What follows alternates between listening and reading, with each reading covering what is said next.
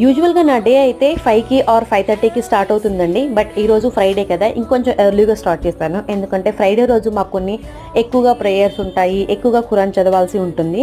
So ఇంకా నా Quran prayers అన్నీ అయిపోయిన తర్వాత ఈరోజు పిల్లలకైతే లంచ్లోకి పాలక్ పరాఠా చేస్తున్నాను.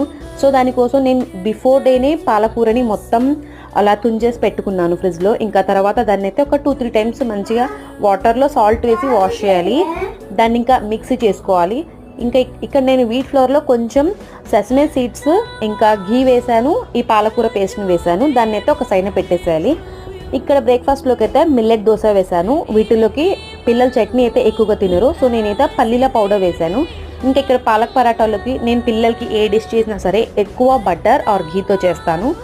ఇలా చేస్తే ఏంటంటే డబుల్ మెథడ్ ప్రాసెస్లో చేస్తే పరాఠా అనేది చాలా స్మూత్గా ఉంటుంది. సో పరాఠాలో నంచుకొని తినడానికి అనేసి ఇక్కడ ఎగ్ బుర్జీ చేశాను.